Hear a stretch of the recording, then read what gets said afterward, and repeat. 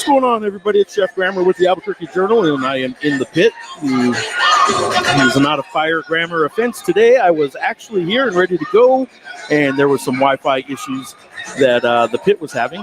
Not just me, everyone on press row, but the Wi-Fi is back, and so am I. We are now about 20 minutes from tip-off, according to the pregame clock. We're already down to about 18 minutes, but this game is starting, obviously, at noon local time, noon Mountain. CBS, the main CBS, Big Boy CBS, will be broadcasting this game. Noon Mountain, 11 a.m. Pacific as of right now, actually as of about 30 minutes ago. So let me do another quick check here. The line is New Mexico favored by 1.5. The update right now, still 1.5. The Lobos favored by 1.5 against the San Diego State team that did beat them in January. It was a game that the Lobos led in the final minute and then ended up losing free throw line. Miles Heide came up big and hit some free throws late for the Aztecs, and the Aztecs are tied right now with Utah State for first place in the Mountain West Conference.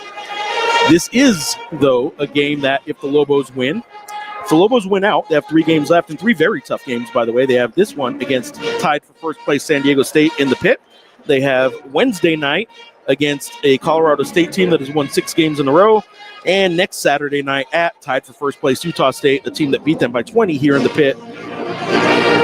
That said, if they win those 3 games, the UNM Lobos in Eric Olin's first year will be, at least, at a minimum, co-champions of the Mountain West. The team that was picked 5th in the preseason, which was actually probably a little bit generous considering they had no players back, no coaches back. They're one of only 3 teams in the country to have not a single player or coaching staff member back this year. And here they are. They are still in the final week of the season, heading into the final week, I guess, after today. Chance to be playing for Mountain West Championship, which is pretty crazy. The big news out of this game today, obviously, is nothing injury-related or anything like that. It's that because of conference realignment, because of the San Diego State Aztecs being one of the 5 Mountain West teams that are moving on to the Pac-12, this is the last time that these 2 teams will be playing in Albuquerque, at least for the foreseeable future. Certainly not as conference foes in the Mountain West. 4 or 5 years from now, there's going to be another round of conference realignment and TV deals that come. We'll see what happens with all that out west. If there is some big merger out west, if there is something shaken up that makes football break off from the rest of the sports in college athletics, and then you could go back to more traditional geographic type of conferences, which makes sense for every sport but football that charters and only travels 6 times a year. But all the other sports going back to a geographic conference could make these 2 teams get back in the same league at some point, but it won't be anytime soon. And in the non-conference, while both of these teams do still have schedules to fill, they will not be coming here. San Diego State will not be. Brian Dutcher has made clear he will not be scheduling non-conference games at Elevation, and that includes the pit, obviously, a mile high.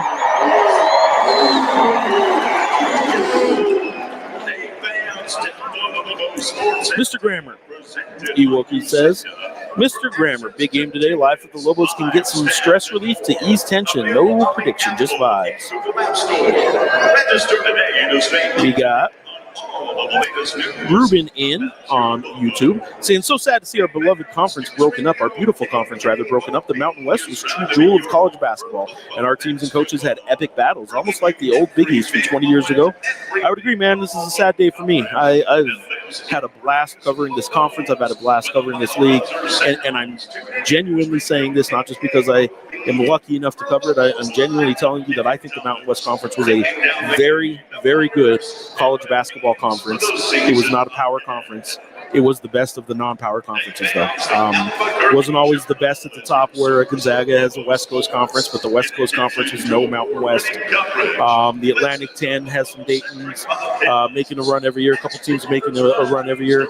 Overall, the Atlantic 10 is not the Mountain West. The American is not the Mountain West. The numbers bear all that out. You know, the Ken Pom conference rankings, everything bears out that the Mountain West was the best conference outside the power structure. And in basketball, the Big East is part of the power structure. So, yeah, the best conference outside of the power structure is no more. And got another week to celebrate it in the regular season anyway, and then one more Mountain West tournament. But games like this in today's journal and online. Talk to Darrington Hobson. Unfortunately, the print edition doesn't have the Darrington Hobson content. I didn't talk to him until after we went to print last night. But Darius Gary and Darrington Hobson talking about their epic 2010 game against the San Diego State team. That the parallels are similar in that they were a defending champion. This is actually, although no returning players, it is a defending champion Mountain West team in the Lobos that was picked in the preseason fifth. That 2009-2010 Lobos team was picked in the preseason fifth. You got San Diego State team beating them in Viejas Arena in January, and then a February rematch. And quotes from Darrington Hobson in that game about we needed this game to still or to get back and make a run at the championship. That's still going on with these Lobos. They win this game, they're still in a run for a championship, and here we are. Some similarities now. That 2010 team, of course, won 30 games, finished the season ranked in the top 10 in the AP poll. They were a 3 seed, ended up playing into the second round anyway, the round of 32 of the NCAA tournament in San Jose. That was a fantastic team. Darrington Hobson in the game in the pit that year ends up going for 29 points, 12 rebounds, 6 assists, 3 steals, no turnovers.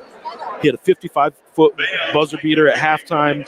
At the end of regulation, however, 4 minutes to go, the Lobos were up about 10 points, and Darius Gary hits about six free throws in the final few minutes. That's usually enough, a 10-point lead, and hitting your free throws down the stretch, that's usually enough to sort of ice a game. But for the first time all game, really all season, it wasn't a tremendous shooting team that year for San Diego State, but they get hot from three. Just start knocking down three-pointers, and DJ Gay starts knocking down threes. And, Kawhi Leonard was a freshman on that team. They're getting the rebounds they need to get. Their Malcolm Thomas, I think, had 18 that game, if I'm not mistaken. But anyway, they make this furious comeback.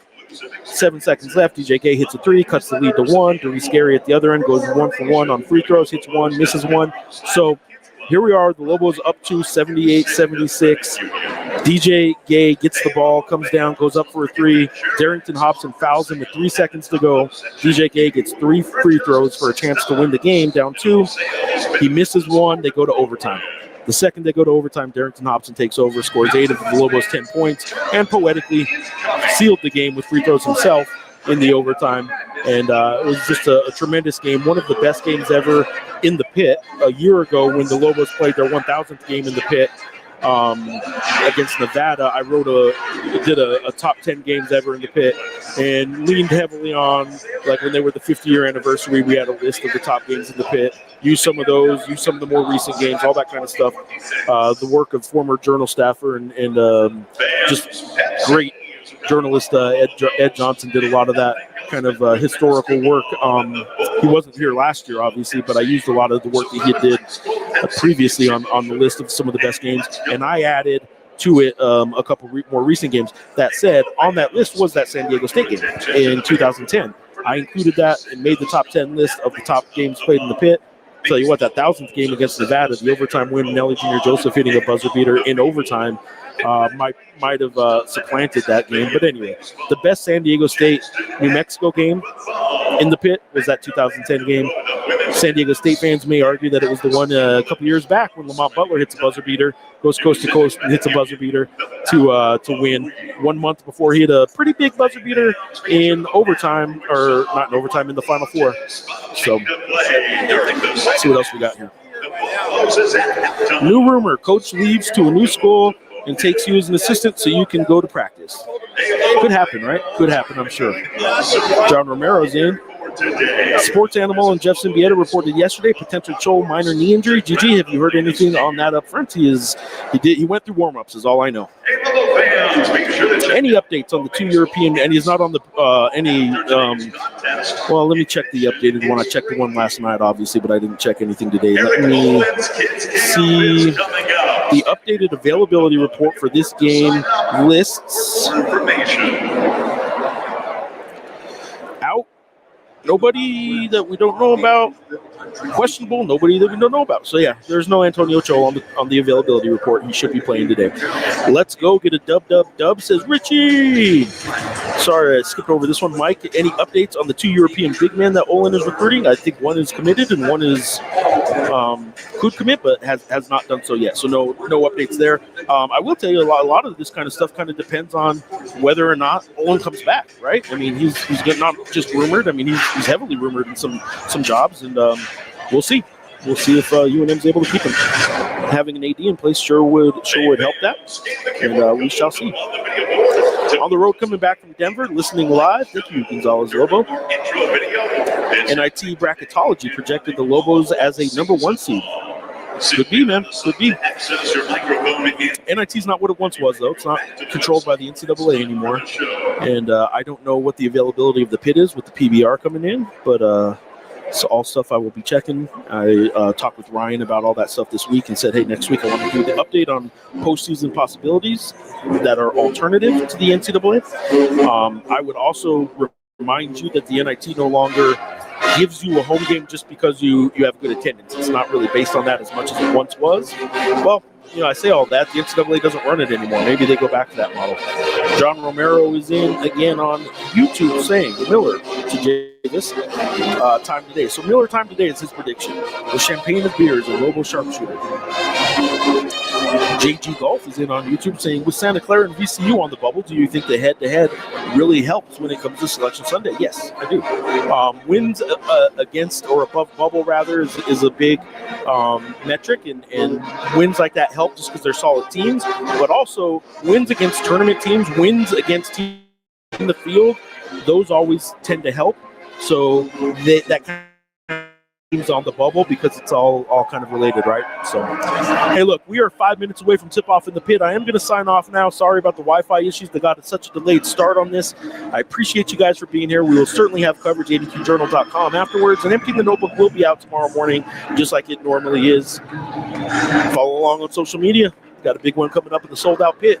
Probably about 10 minutes away from tip-off here. This shows 5 minutes on the game clock, but CBS isn't going to tip off early, that's for sure. So get to CBS, Big Boy CBS, not just CBS Sports Network. Big Boy CBS for the last time, the final dance.